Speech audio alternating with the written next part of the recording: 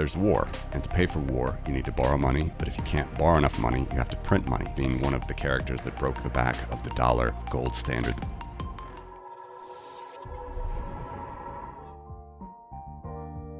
All right, everybody, welcome. We're continuing on here with our gold series versus central bank money. Again, for the 1000th time. If you're not new here, sorry, but if you are, basically what I'm showing on this chart is how much backing, very important word to a lot of people, how much backing there is of gold officially in the French banking system in this case, or in any banking system, versus the amount of currency, French francs in this case, that are outstanding and issued in the economy. So not to go through the whole thing here, again, it's a very similar pattern as we've seen, with Sweden, with Great Britain, with Norway. As you can see here, during World War I, a couple things happened, and this is typical. Actually, gold does flow into the vaults, okay? So people get worried, people get scared, wars happen, they want a safer place than in their house, so they actually turn the gold into banks. That gold gets turned into the central bank, and gold does increase in the system, so that's happening. But there's war, and to pay for war, you need to borrow money, but if you can't borrow enough money, you have to print money.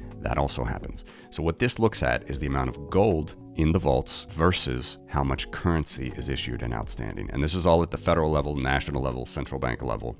It's all official gold. First thing you'll notice, this is not always, and actually pretty rarely, 100%. Most of the time it's well under 50%. And that's even the case, I should say, even before the classical gold standard ends in 1914. So something to keep in mind. Okay, so France has a little bit of a high ratio here, 60% gold. France does have some affinity to this. We'll come back to that here in a second. But again, World War I happens, tragedies, chaos, more gold flows into the vaults, but they print money as well to finance the deficits, to finance the war. So the gold as a proportion of all the money that's printed by the central bank, whether it's paper notes, coins, or bank reserves at banks, falls. World War II is interesting. A lot of gold flows into central banks and a lot of gold flows into the US. Okay, again, this is only France's portion, and I'm not showing if the gold is in the US, if it's in France. None of it is anymore because of the Nazis during World War II. Some of it is in London, some is in the Caribbean, some is in Canada, but this is just how much gold France owns, and then how much that gold ownership by the central bank is a percentage of the currency outstanding. They're over-collateralized here, as a lot of countries are during World War II. The United States was. Britain didn't quite get 100. They got up to about 60%, but they actually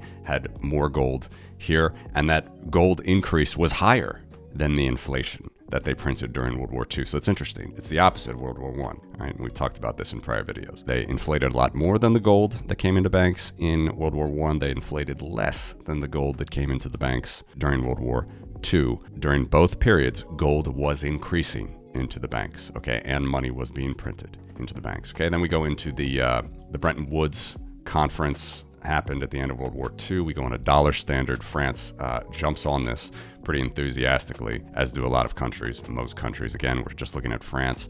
So the backing pretty much falls down to all-time lows. 10, 20%, 15%, 16% here, all during the start of the Cold War. Then we have Vietnam, which is a war that actually the US took over from France from their colonial endeavors in Indochina.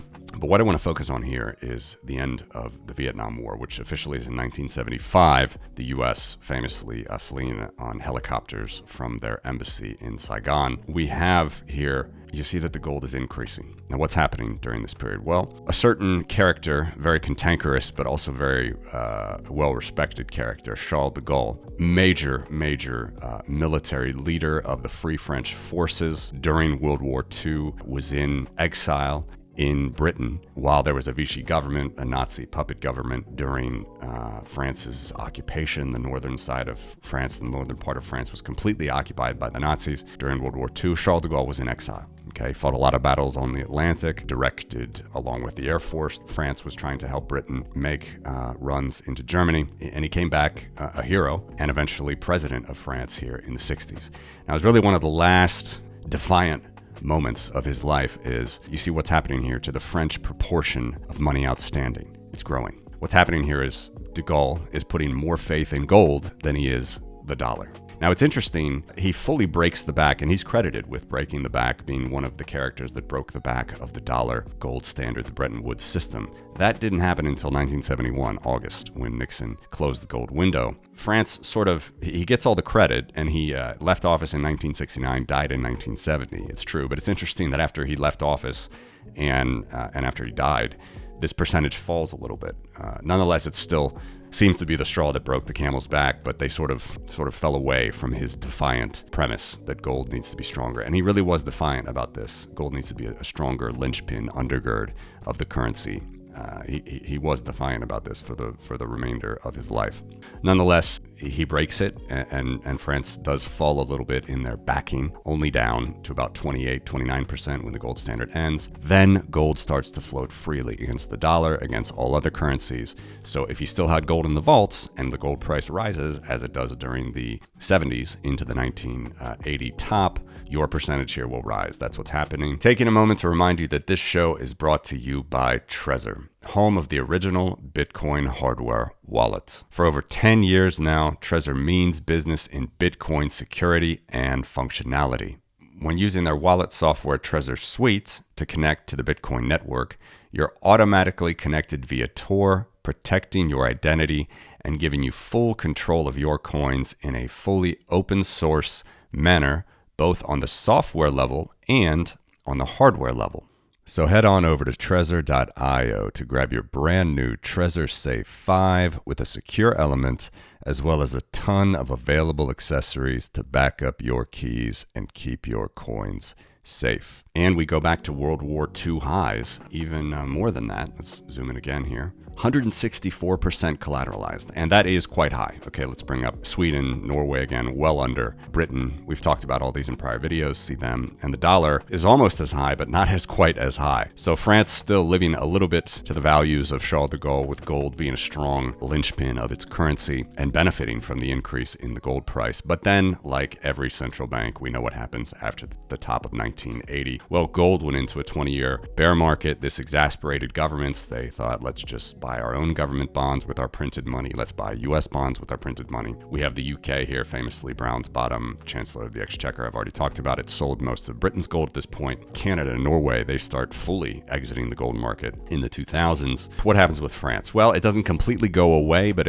as with everybody else, it's pretty low. France also switches to the euro here. So that's where you see the FRF is a French franc before 1999, and then we're on euro accounting from 1999 till today. With the gold peak that happened after the global financial crisis, we still have some gold in the French coffers, which gets that collateralization back up to a pretty high level, 73%. So a little bit of spirit of Charles de Gaulle here, but it doesn't last long. And still, as we go on to even sideways to now higher and record high gold prices, we can see that this percentage is much lower. And why is it much lower? It means the gold that they hold, which isn't drastically lower for France, still the amount of money that they're printing, the monetary base, is much higher. That's why this percentage is lower. Let's zoom out again, and we can see it's back to pretty much all-time lows. It's actually a little bit high from the nadir, which is October 2022 of 9%. Now it's up to 18%, so double.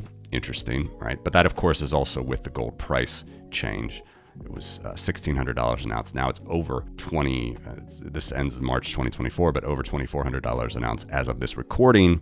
As of end of Q1 2024, France has 18% gold collateralization of their currency, which is actually quite high compared to the other governments in this sample, which I will show you. We're going to finish this up with just one more video tomorrow.